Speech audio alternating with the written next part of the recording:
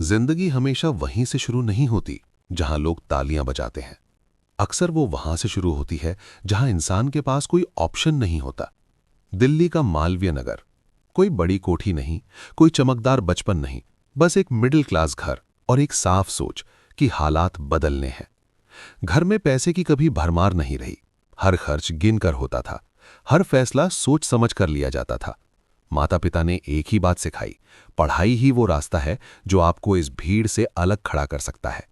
बचपन में ही समझ आ गया था कि जिंदगी सबको बराबर नहीं देती। कुछ लोग एडवांटेज के साथ पैदा होते हैं और कुछ लोग मजबूरी के साथ। और मजबूरी में पैदा हुए लोगों के पास एक ही रास्ता होता है, खुद को इतना मजबूत बनाना कि हालात पीछे हट जाएं।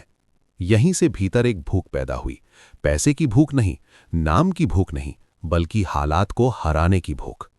स्कूल के दिनों में ही साफ हो गया था कि एवरेज रहना सुरक्षित तो है, लेकिन आगे नहीं ले जाता, और जो आगे नहीं बढ़ता वो धीरे धीरे कुचला जाता है। फिर आया आईआईटी दिल्ली। बाहर से लोग कहते हैं लाइफ सेट हो गई, लेकिन सच ये है कि आईआईटी लाइफ सेट नहीं करता, आईआईटी ईगो तोड़ता है। वहां हर कोई टॉपर होता है, हर कोई स्मार्ट होता है, और हर कोई खुद को स्पेशल समझता है। पहली बार एहसास हुआ कि सिर्फ मेहनती होना काफी नहीं, मेंटल टफनेस भी चाहिए। कंपैरिजन हर समय पीछा करता है। कोई आपसे बेहतर होता है, कोई तेज होता है, कोई ज्यादा कॉन्फिडेंट होता है, और अगर आप टूट गए तो कोई आपको उठाने नहीं आता। आईआईटी ने एक बात सिखा दी, कंप्लेन करने से कुछ नहीं बदलता, या तो आप अडैप्ट करो या फिर पीछे रह जाओ। वहीं समझ आया कि प्रेशर से भागने वाला इंसान जिंदगी में कभी डिसीजन मेकर नहीं बन सकता। आईआईटी ने जीनियस नहीं बनाया, आईआईटी ने हार्ड बनाया। इसके बाद आईआईएम अहमदाबाद। यहां खेल और अलग था। यहां इंटेलिजेंस से ज्यादा प्रेजेंटेशन मायने रखती थी। यहां नॉलेज से ज्यादा पावर डायनामिक्स काम करती थी। लोग बहुत अच्छे से बोलते थे, बहुत अच्छे से मुस्कुराते थे, लेकिन हर मुस्कान दोस्ती नहीं होती। यहां पहली बार दिखा कि एम्बिशन कैसे रिश्तों से ऊपर चला जाता है। नेटवर्किंग फ्रेंडशिप बनकर आती है, लेकिन असल में इन्वेस्टमेंट होती है। यही समझ आया कि कॉरपोरेट और बिजनेस की दुनिया जितनी साफ दिखाई जाती है, अंदर से उतनी साफ नहीं होती। आईआईएम ने यह सिखाया कि हर सच बोलना जरूरी नहीं और हर चुप्पी कमजोरी नहीं होती। इसके बाद कॉरपोरेट वर्ल्ड, बड़ी कंपनियां, बड़ी सैलरी, बड़ा डेजिग्नेशन। बाहर से सब परफेक्ट लगता है, लेकिन अंदर एक खालीपन रहता है। आप मेहनत करते हो, आप रिजल्ट्स लाते हो, लेकिन फैसले कोई और लेता है। कॉरपोरेट वर्ल्ड में क्रेडिट ऊपर जाता है और ब्लेम नीचे आता है। सिस्टम एफिशिएंसी चाहता है, इंसान नहीं। यहीं पहली बार एक अजीब सी बेचैनी पैदा हुई कि क्या यही जिंदगी है? क्या पूरी उम्र किसी और के सपने पूरे करने हैं? सब कुछ होते हुए भी कंट्रोल नहीं था, और बिना कंट्रोल सक्सेस सिर्फ इल्यूजन बन जाती है। यहीं से एंटरप्रेन्योर बनने का बीज पड़ा। लेकिन उस समय कोई हीरो वाली फीलिंग नहीं थी, कोई ड्रामेटिक डिसीजन नहीं था। बस एक अंदर की आवाज थी जो बार बार कह रही थी, अगर अभी नहीं निकले तो कभी नहीं निकल पाओगे। ये कहानी यहीं खत्म नहीं होती। यहां से असली खेल शुरू होता है, जहां एम्बिशन सिस्टम से टकराता है, जहां पावर अपना असली रंग दिखाती है, और जहां डोगलापन सिर्फ शब्द नहीं, हकीकत बन जाता है। नौकरी छोड़ना कोई फिल्मी फैसला नहीं था, न कोई ड्रामेटिक सीन था, न कोई तालियां बजाने वाला पल था। बस एक अंदर की बेचैनी थी जो हर दिन ज्यादा तेज हो रही थी। सब कुछ सही दिखता था, लेकिन सही लगता नहीं था। कॉरपोरेट दुनिया में आप जितने ज्यादा केपेबल होते जाते हो, उतने ही ज्यादा रिप्लेसेबल बनते जाते हो। आप एग्जीक्यूट करते हो, आप ग्राइंड करते हो, लेकिन आखिरी फैसला हमेशा कोई और लेता है। और जिस दिन आपको एहसास हो जाए कि आपकी सोच की कीमत नहीं, सिर्फ आपकी यूटिलिटी है, उसी दिन आप अंदर से नौकरी छोड़ देते हो। यहीं से असली सफर शुरू हुआ। ग्रोफर्स। पहली बार स्टार्टअप को इतनी नजदीक से देखा। बाहर से स्टार्टअप कूल लगता है, यंग लोग, कैजुअल कपड़े, बिग ड्रीम्स, लेकिन अंदर कोई स्टेबिलिटी नहीं होती, कोई सर्टेनिटी नहीं होती। बस प्रेशर होता है, पैसा जल रहा होता है, इन्वेस्टर्स सवाल पूछ रहे होते हैं, फाउंडर्स विजन की बात कर रहे होते हैं, और नंबर्स सच बोल रहे होते हैं। यही पहली बार समझ आया कि स्टार्टअप में सबसे डेंजरस चीज कंपटीशन नहीं होता, ईगो होता है। हर कोई कंट्रोल चाहता है, हर कोई क्रेडिट चाहता है, और जब रिजल्ट्स नहीं आते तो ब्लेम ढूंढा जाता है। मैं अग्रेसिव था, मैं डायरेक्ट था, मैं नंबर्स की भाषा बोलता था, और यही बात सबको अनकंफर्टेबल करने लगी। स्टार्टअप में सच वही अच्छा लगता है जो सुनने में अच्छा लगे। जो अनकंफर्टेबल हो उसे नेगेटिव एटीट्यूड कह दिया जाता है। एक दिन ऐसा आया जब साफ हो गया, ये जगह मेरे लिए नहीं है। ग्रोफर्स से निकलना हार नहीं था, ये ट्रेनिंग थी। अब पिक्चर थोड़ी साफ थी, अब इल्यूजन टूट चुका था। और इसी क्लैरिटी में एक बहुत सिंपल ऑब्जर्वेशन सामने आई। छोटी छोटी दुकाना पर हर काउंटर पर अलग अलग क्यूआर कोड लगे हुए थे। पेटीएम अलग, फोन पे अलग, गूगल पे अलग। दुकानदार कंफ्यूज था, सिस्टम इनएफिशिएंट था। और तभी एक सवाल पैदा हुआ, अगर यूपीआई एक है तो क्यूआर अलग अलग क्यों? यही सवाल भारत पे बन गया। कोई बड़ा विजन स्टेटमेंट नहीं था, कोई मोटिवेशनल स्पीच नहीं थी, बस एक प्रैक्टिकल सॉल्यूशन था एक रियल प्रॉब्लम का। एक ही क्यूआर कोड जो हर यूपीआई ऐप से चले। आइडिया सिंपल था, लेकिन एग्जीक्यूशन ब्रूटल था। मार्केट में उतरते ही समझ आ गया कि ये बिजनेस नहीं, ये लड़ाई है। 0 MDR मतलब कोई कमीशन नहीं। लोग बोले ये मॉडल नहीं चलेगा, ये सस्टेनेबल नहीं है। लेकिन इंडिया सस्टेनेबिलिटी से नहीं, स्केल से चलता है। मर्चेंट्स तेजी से जुड़े, नेटवर्क इफेक्ट बनने लगा, फंडिंग आने लगी। अब सब कुछ तेज हो रहा था, बहुत तेज। और जब ग्रोथ तेज होती है ना, तो नॉइज भी तेज हो जाती है। अब मैं सिर्फ सीईओ नहीं था, मैं एक लाउड वॉइस बन चुका था। फिर आया शार्क टैंक इंडिया। कैमरे, लाइट्स, नेशनल वाइड पहचान। मैंने अपना टोन नहीं बदला, मैंने सॉफ्ट बनने की कोशिश नहीं की। मैंने वही कहा जो बिजनेस की दुनिया में सच है। कुछ लोगों को वो सच चुभा, कुछ लोगों को वो सच पसंद आया, लेकिन टीआरपी बढ़ी, शो हिट हुआ। सिस्टम को ब्लंट लोग पसंद नहीं होते, लेकिन टीआरपी के लिए सब टॉलरेट किया जाता है। और फिर अटेंशन बढ़ गई। हर शब्द हेडलाइन बनने लगा, हर टोन कंट्रोवर्सी बन गई। एक दिन एक ऑडियो क्लिप सामने आई। गुस्सा, भाषा, प्रेशर। अब कॉन्टेक्स्ट कोई नहीं देखता, अब बैकग्राउंड कोई नहीं पूछता। सिस्टम को मौका मिल गया। वही लोग जो कल तक अग्रेशन चाहते थे, आज एथिक्स की बात करने लगे। वही लोग जो ग्रोथ सेलिब्रेट कर रहे थे, आज इमेज बचाने लगे। स्टार्टअप इकोसिस्टम का सबसे बड़ा सच यहीं सामने आता है। जब तक आप एसेट हो, आप हीरो हो। जिस दिन आप लायबिलिटी लगने लगो, आप रिप्लेस हो जाते हो। बोर्ड रूम में बातें हुई, इंक्वायरी बैठी, नैरेटिव तय हो चुका था। और एक दिन मैं बाहर था। कंपनी वही थी, विजन वही था, बस एक चीज बदल गई थी, मेरी कुर्सी। उस दिन समझ आया कि पावर कभी आपकी नहीं होती, वो बस उधार होती है। और जब उधार की पावर चली जाती है, तो असली परीक्षा शुरू होती है। ये सिर्फ प्रोफेशनल लॉस नहीं था, ये पर्सनल भी था। रेप्यूटेशन, ट्रस्ट, मेंटल पीस सब एक साथ हिल गया। लेकिन यहीं से सबसे जरूरी सीख मिली। सिस्टम कभी लॉयल नहीं होता, वो सिर्फ कन्वीनियंट होता है। और जो इंसान कन्वीनियंस के हिसाब से नहीं चलता, उसे सिस्टम बाहर कर देता है। ये कहानी यहीं खत्म नहीं होती। अभी टूटने के बाद खड़े होने की कहानी बाकी है। अभी शांति की परिभाषा बदलनी बाकी है। अभी दोगलापन को पूरी तरह समझना बाकी है। जब सब कुछ छिन जाता है, तब इंसान पहली बार सच में अकेला होता है। न वो अकेलापन जो कमरे में बैठकर महसूस होता है, बल्कि वो अकेलापन जो भीड़ के बीच महसूस होता है। भारत पे के बाद जिंदगी अचानक बहुत शांत हो गई थी। इतनी शांत कि आवाजें डराने लगीं। वो आवाजें जो पहले शोर में दब जाती थीं, अब साफ सुनाई दे रही थीं। फोन अब भी था, लेकिन बजता नहीं था। नाम वही था, लेकिन असर नहीं था। और यहीं समझ आया कि पावर असल में क्या होती है। पावर वो नहीं होती जो आपके पास होती है। पावर वो होती है जो लोग आपको देते हैं। और जिस दिन लोग देना बंद कर देते हैं, आप समझ जाते हैं कि आप कभी मालिक थे ही नहीं। मीडिया ने अपनी कहानी बना ली थी। हर चैनल पर वही शब्द घूम रहे थे, कंट्रोवर्सी, एटीट्यूड, एरोगेंस, एथिक्स। कोई ये नहीं पूछ रहा था कि ये इंसान यहां तक पहुंचा कैसे। कोई ये नहीं देख रहा था कि ये सिस्टम किस तरह काम करता है। भीड़ को सच नहीं चाहिए होता, भीड़ को एक विलन चाहिए होता है। और जब किसी को विलन बना दिया जाता है, तो उसकी हर बात उसी लेंस से देखी जाती है। जो आवाज पहले ऑनेस्टी कहलाती थी, अब एरोगेंस कहलाने लगी। जो डायरेक्टनेस पहले स्ट्रेंथ थी, अब टॉक्सिसिटी बन गई। यहीं से सबसे मुश्किल फेज शुरू हुआ।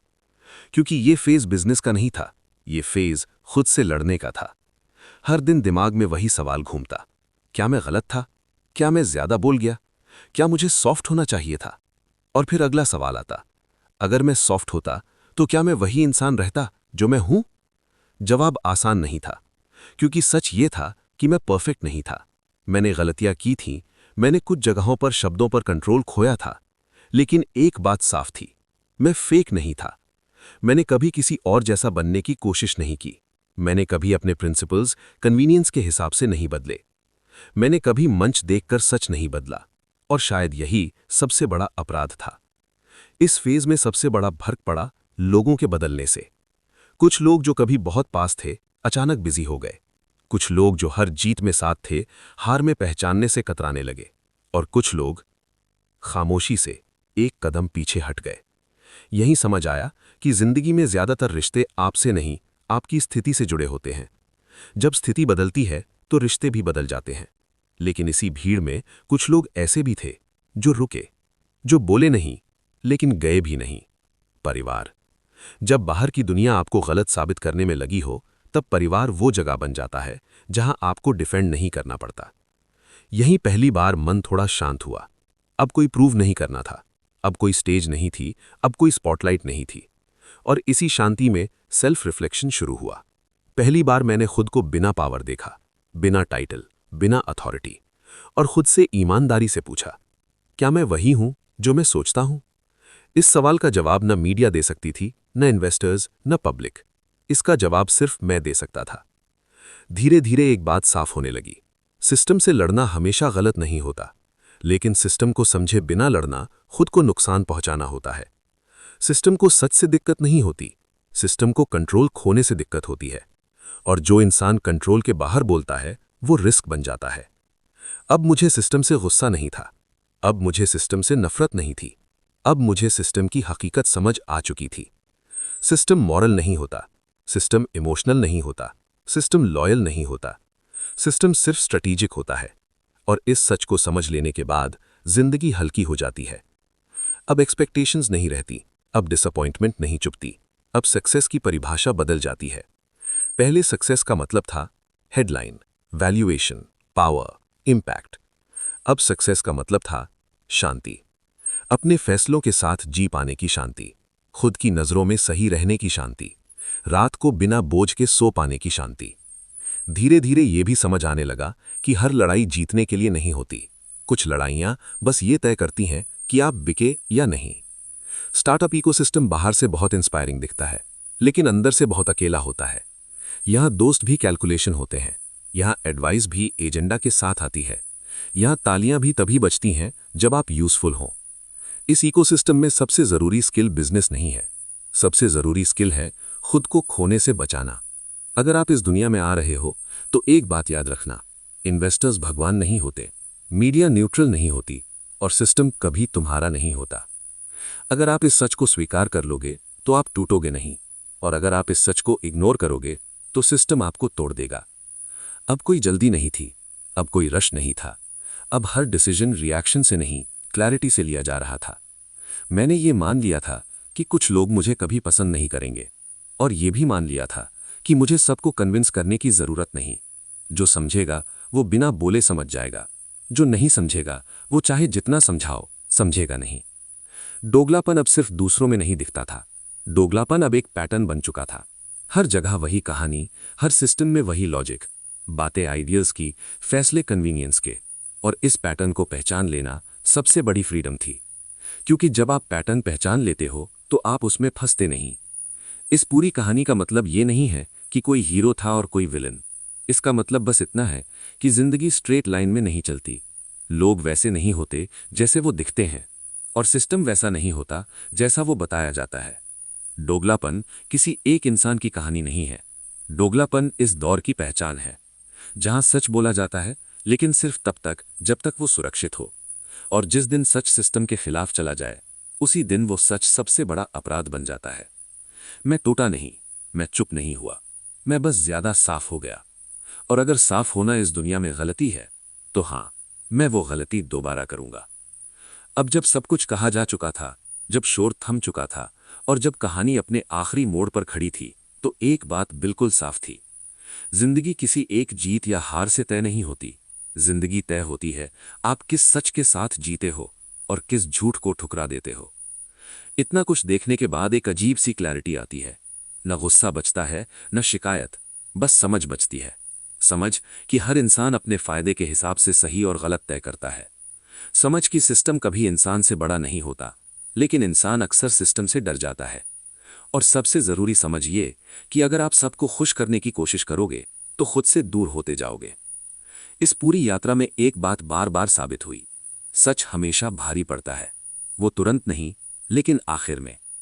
हो सकता है सच बोलने वाला कुछ समय के लिए अकेला पड़ जाए, हो सकता है उसे गलत ठहरा दिया जाए, लेकिन लंबे समय में सिर्फ वही इंसान खुद की नजरों में सही रह पाता है, और यही असली जीत होती है। अब पीछे देखने पर कोई पछतावा नहीं था। गलतियां थीं, लेकिन शर्म नहीं थी, क्योंकि गलतियां इंसान को तोड़ती नहीं, नकलीपन तोड़ता है। अब एम्बिशन वैसी नहीं थी जैसी पहले थी। अब एम्बिशन शोर नहीं मचाती थी। अब एम्बिशन शांत थी, लेकिन साफ थी। अब किसी को प्रूव नहीं करना था कि मैं कौन हूं। अब बस इतना काफी था कि मैं जानता हूं मैं कौन हूं। और शायद यही मैच्योरिटी है, जहां आपको तालियों की जरूरत नहीं पड़ती, जहां आप हेडलाइन से नहीं, खामोशी से दोस्ती कर लेते हो। दोगलापन की ये कहानी किसी एक इंसान पर खत्म नहीं होती। ये कहानी हर उस इंसान की है जो इस सिस्टम में रहते हुए खुद बने रहना चाहता है। अगर तुम भी इस दुनिया में आगे बढ़ना चाहते हो तो एक बात याद रखना, सिस्टम तुम्हें बदलने की पूरी कोशिश करेगा, कभी डर से, कभी लालच से, कभी तारीफ से। और उस दिन जब तुमने खुद को बचा लिया, उसी दिन तुम सच में जीत गए। ये कहानी तुम्हें ये नहीं सिखाती कि कैसे अमीर बना जाए, ये कहानी तुम्हें ये सिखाती है कि कैसे नकली बने बिना जिंदा रहा जाए। और आज के दौर में ये शायद सबसे मुश्किल काम है। अगर तुम यहां तक सुन पाए हो तो इसका मतलब है तुम सिर्फ सुन नहीं रहे थे, तुम समझ रहे थे। और अगर तुम्हें ऐसी रियल, रॉ, बिना शुगर कोटिंग वाली बुक समरीज पसंद हैं, जो सिर्फ मोटिवेट नहीं करती बल्कि सोच बदल देती हैं, तो मेरे चैनल को जरूर सब्सक्राइब करना। चैनल का नाम है गम्मा बुक। यहां हम ऐसी ही किताबों की गहरी, सच्ची और अलग तरह की कहानियां आवाज में ढालते हैं। अगर ये कहानी कहीं ना कहीं तुम्हारे दिल से टकराई हो तो सब्सक्राइब करके सफर का हिस्सा बनो, क्योंकि अगली कहानी शायद तुम्हारी हो।